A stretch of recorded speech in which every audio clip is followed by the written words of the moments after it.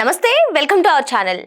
Liquor scam architect Raj Kasireddy అని, అదేవిధంగా ఈ స్కామ్లో చాలా మంది అధికారులు కుమ్మక్కై ఉన్నారని, వాళ్ళందరినీ కూడా అరెస్ట్ చేయకపోవడం దురదృష్టకరం అని చెప్పి దేశ అత్యున్నత న్యాయస్థానం వ్యాఖ్యానించింది. మరి ఈ కామెంట్స్ని ఏ విధంగా చూడాలి తెలుసుకునే ప్రయత్నం చేద్దాం. దీన్ని విశ్లేషించడానికి మనతో పాటుగా ఉన్నారు సీనియర్ జర్నలిస్ట్ సత్యమూర్తి గారు. నమస్తే సార్. నమస్కారం అండి. ఏపీ లిక్కర్ స్కామ్లో కీలక పరిణామం సార్. మరి నిన్న మొన్నటి వరకు వైసీపీ అసలు స్కామే జరగలేదు, మా పైన అక్రమ కేసు బనాయించారు, కావాలనే అందరిని ఇరికిస్తున్నారని చెప్పారు. కానీ ఈరోజు చూసుకున్నట్లయితే దేశ అత్యున్నత న్యాయస్థానం దీనికి ఆర్కిటెక్ట్ రాజ్ ఖస్రెడ్డి ఇంకొన్ని రోజులు జైల్లో ఉన్నా పర్వాలేదు అని చెప్పి కామెంట్స్ ఆదేశాలు ఇవ్వడం కానివ్వండి, లేదు అంటే ఇందులో అధికారులు కుమ్మక్కై ఉన్నారు, వీళ్ళని అరెస్ట్ చేయకపోవడం దురదృష్టకరం అని కానివ్వండి వ్యాఖ్యానించింది. ఈ కామెంట్స్ని ఎలా చూడాలంటారు? అంటే నేను supreme court chief justice of India ఇచ్చిన ఆదేశాలని, లేదు ఆయన చేసిన కామెంట్లని నేను కామెంట్ చేసే ఉద్దేశం నాకు లేదు. నేను కామెంట్ చేయను.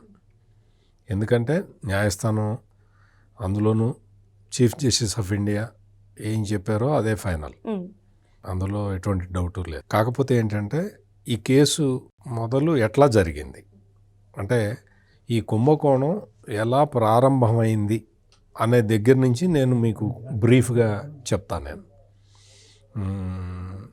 ఎట్లా ప్రారంభమైంది అంటే, ఈ మద్యం పాలసీ, అసలు ఆంధ్రప్రదేశ్లో మద్యం పాలసీ ఏంటి, దాన్ని జగన్మోహన్ రెడ్డి ఏ విధంగా మార్పు చేశాడు. అంతకు ముందర ఏంటి అంటే, గవర్నమెంటు బ్రూవరీస్ కార్పొరేషన్ ఉండేది. ఆ బ్రూవరీస్ కార్పొరేషన్ నుంచి మద్యం వివిధ రకాల బ్రాండ్లని రీటైల్ షాపులకి ఇచ్చేది. ఆ రీటైల్ షాపులు మద్యాన్ని అమ్మేవి. ఈ రీటైల్ షాపుల్ని ఎట్లా ఇస్తారు అంటే, అవి ప్రైవేటు వ్యక్తులు వాటిని నిర్వహించేవాడు. అంటే ఇక్కడ మనం గమనించాల్సినది ఏంటి అంటే, మద్యం తయారు చేసేది ప్రైవేట్ డిస్టిలరీలు, మద్యం అమ్మేది ప్రైవేటు షాపుల వాళ్ళు. మధ్యలో గవర్నమెంట్ దాన్ని రెండింటిని బ్యాలెన్స్ చేస్తుంది. అంటే ఏ మద్యానికి డిమాండ్ ఉన్నది, ఏ మద్యాన్ని ఎక్కువ తాగుతున్నారు అనేది చూసి ఆ ఆర్డర్ పెట్టి డిస్టిలరీలు, బ్రూవరీస్ నుంచి ఆ బ్రాండ్లు తీసుకొని వీళ్ళకి సరఫరా చేసేది. మధ్యలో కొంత గవర్నమెంట్కి మార్జిన్ మిగిలేది. అటు ప్రైవేటు డిస్టిలరీకి మార్జిన్ ఉండేది కొంత, ప్లస్ రిటైల్ సెల్లర్కి మార్జిన్ ఉండేది. ఇది సిస్టమ్. Okay sir. ఈ సిస్టమ్ని జగన్మోహన్ రెడ్డి ఏం మార్చాడు ఏంటి అంటే, ఈ బ్రూవరీస్ కార్పొరేషన్ నుంచి వచ్చే మద్యాన్ని ప్రైవేటు వ్యక్తులు అమ్మితే, ప్రైవేటు వ్యక్తులు ఎంత అమ్మారో తెలుస్తుంది. ప్రైవేటు వ్యక్తులు దాని అమ్మకాల మీద ట్యాక్స్ వసూలు అవుతుంది. ఇవన్నీ బాహాటంగా అందరికీ తెలుస్తాయి. గవర్నమెంట్ లెక్కల్లో ఉంటుంది ఎంత మద్యం తెప్పించుకుంటున్నాడు. అంటే ఒక రిటైలరు ఒక 1000 రూపాయలు మద్యం తెచ్చుకున్నాడు అనుకోండి. ఈ 1000 రూపాయలు అమ్మిన తర్వాత మళ్ళీ ఇంకొక 1000 రూపాయల మద్యం తెచ్చుకోవాలి. ఉదాహరణకు చెప్తున్నా, ఎంత మద్యం తెచ్చుకుంటున్నాడో అక్కడ రికార్డ్ అయి ఉంటుంది, ఇక్కడ రికార్డ్ అయి ఉంటుంది. నీకు డైరెక్ట్గా బ్రూవరీస్ నుంచి రిటైలర్ తెచ్చుకొని అమ్ముకునే పరిస్థితి ఉండదు. ఎందుకు అంటే, మొత్తం ఆబ్కారీ శాఖ ఉంటుంది. ఈ ఆబ్కారీ శాఖ మొత్తం పర్యవేక్షిస్తూ ఉంటుంది. ఎక్కడెక్కడ ఏమి బ్రాండ్లు ఉన్నాయి, ఎంత తయారవుతున్నది, ఈ సీల్ వేసే విధానము, దాని మీద ట్రాకింగ్ సిస్టము, ఇవన్నీ పక్కడబందీగా ఉండే వ్యవస్థ. సిస్టమేటిక్గా మొత్తం రికార్డ్ అయి ఉంటుంది. నీకు ఎక్కడా కూడా ట్యాక్స్ ఎవేజన్కి అవకాశం ఉండేది కాదు. ఎవరైనా కక్కుర్తిపడి నీకు వేరే బ్రాండ్లు, అంటే బ్రూవరీస్ కార్పొరేషన్ నుంచి కాకుండా మామూలు మిలిటరీ క్యాంటీన్లో వాటిలో నుంచి కక్కుర్తిపడి కొంతమంది తెచ్చుకుని అమ్మేవాళ్ళు. అది పట్టుకుంటే వాడికి 10 రెట్లు పెనాల్టీ వేసేవాళ్ళు. అందుకని ఆ గొడవ అంతా ఎందుకులే అని చెప్పి వీళ్ళు కూడా ఆగేవాళ్ళు. మ్యాక్సిమం ఏం చేసేవాళ్ళు అంటే, మీరు 10:30 కల్లా షాప్ ముయ్యాలి అంటే 11:30, 12 వరకు అమ్మేవాళ్ళు. లేదు మహాత్మా గాంధీ జయంతి ఉన్నది, మీరు షాపు తెరవకూడదు అంటే వెనక నుంచి అమ్మేవాళ్ళు. ఇటువంటి చిన్న చిన్న నేరాలు జరుగుతూ ఉండేవి. ఈ వ్యవస్థ మొత్తాన్ని తన గుప్పిట్లోకి తెచ్చుకోవాలి అనుకున్న జగన్మోహన్ రెడ్డి ఏం చేశాడు అంటే, ఈ బ్రూవరీస్ కార్పొరేషన్ నుంచి ఇచ్చే సరుకు ఆ మొత్తం గవర్నమెంటే చేస్తుంది అని పాలసీని మార్చాడు. ఈ పాలసీని ఎలా మార్చాడు అంటే ఎక్సైజ్ మంత్రి మండలి కూర్చొని మార్చటం కాదు, ఇది విజయసాయిరెడ్డి ఇంట్లో మార్చాడు. విజయసాయిరెడ్డి ఇంట్లో ఒక ఫైనల్ నిర్ణయం తీసుకుంటే అధికారులు ఫైళ్లు మూవ్ చేస్తే పాలసీ మారింది. వీటన్నిటితో పాటు గవర్నమెంటే షాపులు నడుపుతుంది అని చెప్పి గవర్నమెంట్ షాపుల్ని పెట్టి ఈ గవర్నమెంట్ షాపుల్లో పెద్దిరెడ్డి మిథున్ రెడ్డికి సంబంధించిన ఒక కంపెనీ నుంచి రెడ్డి అండ్ రెడ్డి బ్రదర్స్ ఏదో ఉంది, అది దాని పేరు ఏదో ఉంది, ఆ కంపెనీ నుంచి అవుట్సోర్సింగ్ ఎంప్లాయీస్ని తీసుకొని వాళ్ళని పెట్టి ఈ ప్రభుత్వ దుకాణాల్లో మద్యం సేల్స్ కంటిన్యూ చేశారు. ఈ అవుట్సోర్సింగ్ ఎంప్లాయీస్ వాళ్ళకి ఈ మద్యం వస్తుంది, అమ్మాలి, ఆ డబ్బులు క్యాషే కలెక్ట్ చేయాలి. ఆ క్యాష్ తీసుకొచ్చి ఒకడు కలెక్షన్ ఏజెంట్ వస్తాడు, వాడికి ఆ డబ్బులు అప్పగించాలి. మళ్ళీ స్టాక్ మామూలుగానే వస్తుంది, ఆ స్టాక్ అమ్మాలి, డబ్బులు తీసి కలెక్ట్ చేసి లెక్కబెట్టి వాడికి ఇవ్వాలి. ఇదే వాడి డ్యూటీ. ఈ షాపులో ఉన్నవాడు షాపులో అంటే నీకు గవర్నమెంట్ దుకాణం అంటే ఆ ప్రెమిసిస్ గవర్నమెంట్దే ఉండాలి, అందులో పనిచేసే వాళ్ళు గవర్నమెంట్ ఎంప్లాయీసే ఉంటే అది గవర్నమెంట్ షాప్ అవుతుంది. గవర్నమెంట్ షాపు అందులో ఉండేది ప్రైవేట్ వాళ్ళు అయితే అది ప్రైవేట్ షాపే అవుతుంది. గవర్నమెంట్ షాప్ ఎట్లా అవుతుంది?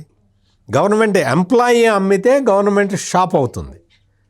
నువ్వు అమ్మించింది గవర్నమెంట్ ఎంప్లాయీతో కాదు. ఇవన్నీ మీరు కేర్ఫుల్గా అర్థం చేసుకోండి. అంటే స్కాండల్ ఎట్లా జరిగింది అనేది. ఈ విషయాలన్నీ సుప్రీంకోర్టుకో, హైకోర్టుకో, లేకపోతే లోకల్ కోర్టుకో ఇవన్నీ తెలియవని కాదు నేను చెప్తూ ఉన్నది. జరిగిన విధానాన్ని మనం గమనిస్తే జగన్మోహన్ రెడ్డి కుట్రపూరితంగా ఈ మొత్తం ఈ పాలసీని మార్చాడు అనేది చెప్పడానికి నేను ఇంత డీటెయిల్గా చెప్పింది. పాలసీ మార్చిన తర్వాత కూడా డిస్టిలరీల నుంచి, బ్రూవరీల నుంచి ఎంత మద్యం వచ్చింది కార్పొరేషన్కి, బ్రూవరీస్ కార్పొరేషన్ వాళ్ళు ఎంత సప్లై చేశారు, ఇదంతా తెలియాలి అంటే ఒక సాఫ్ట్వేర్ ఉండేది, సీటెల్ అనే సాఫ్ట్వేర్ ఉండేది. ఆ సీటెల్ కంపెనీ వాళ్ళు ఇచ్చిన సాఫ్ట్వేర్ తోటి ఆటోమేటిక్గా ఆర్డర్ పెట్టే విధానం ఉండేది. అంటే నాకు మద్యం బ్రాండ్లు పెద్దగా నాకు తెలియవు, కానీ ఉదాహరణకి చెప్తా. ఏదో హైవర్డ్స్ బీరు ఉన్నది, ఆ బీరు ఎక్కువ కన్జ్యూమ్ అవుతూ ఉన్నది. ఆ బీరుకి సంబంధించిన ఆర్డరు ఇదిగో ఇవాళ 100 బాటిల్స్ అమ్ముడుపోయినాయి, నిన్న 110 బాటిల్స్ అమ్ముడుపోయినాయి, అందుకని రేపు 120 బాటిళ్ళ ఆర్డర్ పెడదాం అని ఆటోమేటిక్గా వస్తుంది. ఆ సిస్టమ్ ఆటోమేటిక్గా వస్తుంది. అంటే మొన్న 110 అమ్ముడుపోయినాయి కదా, ఈరోజు 100 అమ్ముడుపోయినాయి కదా, అందుకని ఇంకొక 20 ఎక్కువ పెడదాం అని చెప్పి 120కి ఆర్డర్ పెడుతుంది. 120 బాటిల్స్ వస్తాయి, అందులో 10 మిగిలినాయి అనుకోండి, ఆ నెక్స్ట్ డే 100 ఆర్డర్ పెడుతుంది. ఇది ఆటోమేటిక్గా జరిగేది సాఫ్ట్వేర్. జగన్మోహన్ రెడ్డి అధికారంలోకి రాగానే ఈ సాఫ్ట్వేర్ని తీసేయించాడు. ఆటోమేటిక్గా ఆర్డర్ పెట్టే సాఫ్ట్వేర్ని తీసేశాడు. పాయింట్ నెంబర్ 1 పాలసీ మార్చాడు. పాయింట్ నెంబర్ 2 గవర్నమెంట్ దుకాణాల్లో ప్రైవేటు వ్యక్తుల్ని పెట్టాడు. పాయింట్ నెంబర్ 3 ఆటోమేటిక్గా ఆర్డర్ ఇచ్చే సాఫ్ట్వేర్ని తీసేశాడు. ఈ 3 ఎవరు చేయగలుగుతారు? అంటే నేను జగన్మోహన్ రెడ్డి చేశాడని చెప్పాను, నేను ఇప్పుడు మామూలుగా అవన్నీ మర్చిపోండి, జగన్మోహన్ రెడ్డి పేరు మర్చిపోండి. ఈ 3 పనులు ఎవరు చేయగలుగుతారు? పాలసీ మార్చటం, ఎక్సైజ్ మంత్రివర్గ సహచరులు అందరూ కలిసి కూర్చొని మార్చాలి, లేకపోతే పాలసీ మారదు. అధికారులు మాత్రమే మార్చలేరు, క్యాబినెట్ నిర్ణయం తీసుకోవాలి. ఓకే. ఈ మద్యం దుకాణాలలో ప్రైవేటు వ్యక్తుల్ని పెట్టాలి అనే నిర్ణయం, ఆ నిర్ణయాన్ని కూడా గవర్నమెంట్ తీసుకోవాలి, పాలసీగా తీసుకోవాలి తప్ప నేను ఎక్సైజ్ కమిషనర్ని, నేను చెప్తున్నాను ప్రైవేట్ వ్యక్తులను పెట్టండి అంటే పెట్టరు.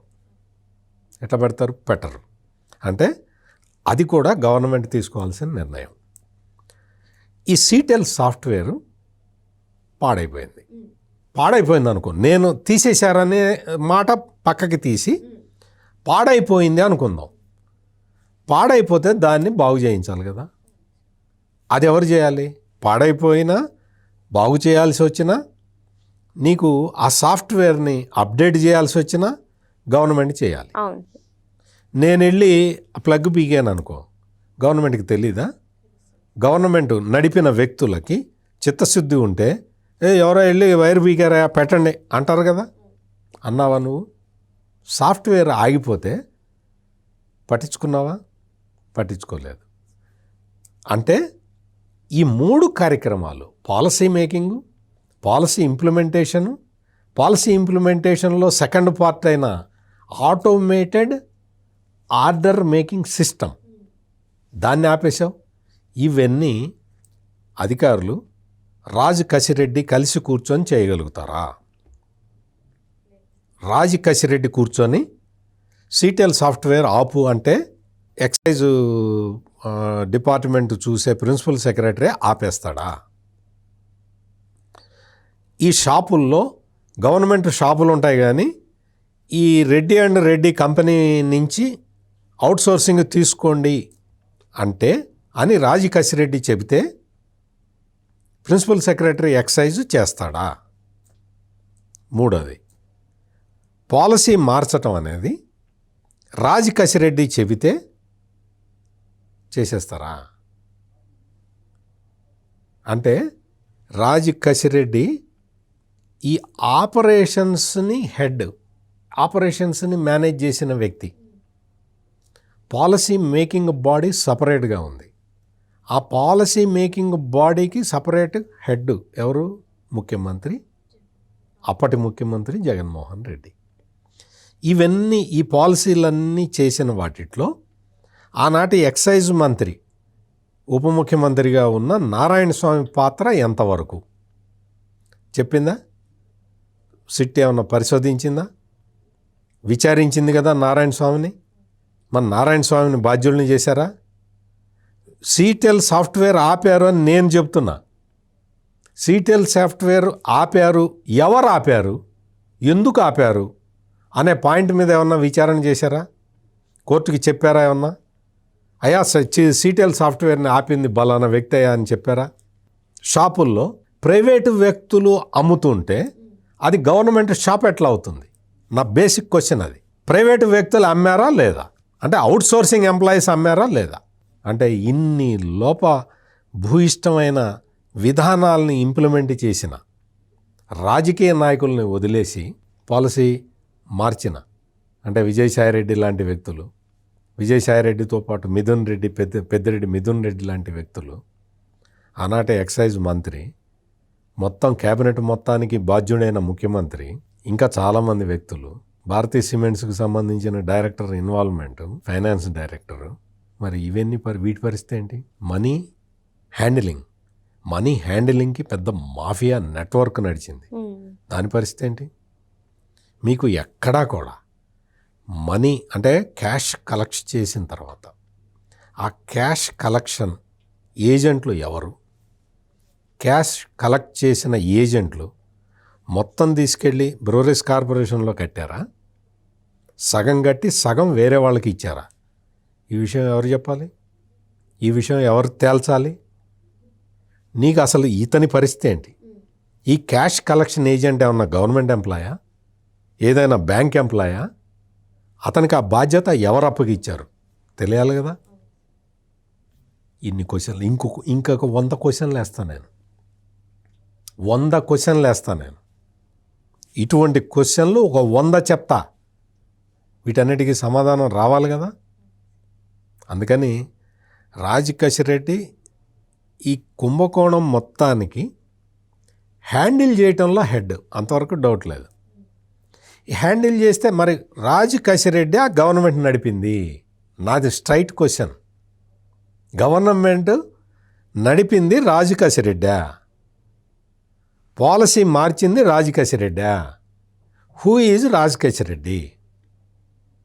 రాజు కసిరెడ్డి అనే వ్యక్తి ఐటీ సలహాదారుడుగా జగన్మోహన్ రెడ్డి పెట్టుకున్న వ్యక్తి. నువ్వు ఐటీ సలహాదారుడు ముందర జగన్మోహన్ రెడ్డి అదే చెప్పాడు, ఇదే పాయింట్ చెప్పాడు. ఐటీ సలహాదారుడికి మద్యం పాలసీకి ఏం సంబంధం అన్నాడు. ఈ రోజున మరి సుప్రీంకోర్టు ప్రధాన న్యాయమూర్తే స్వయంగా చెప్పేశాడు ఈ రాజు కసిరెడ్డి కింగ్ మేకర్ అని. కింగ్ మేకర్ అంటే ఈ కుంభకోణానికి సూత్రధారి. మరి జగన్మోహన్ రెడ్డి చెప్పింది తప్పు కదా? అంటే ఈ ఒక్క తప్పే పెట్టి చెప్పాడా జగన్మోహన్ రెడ్డి?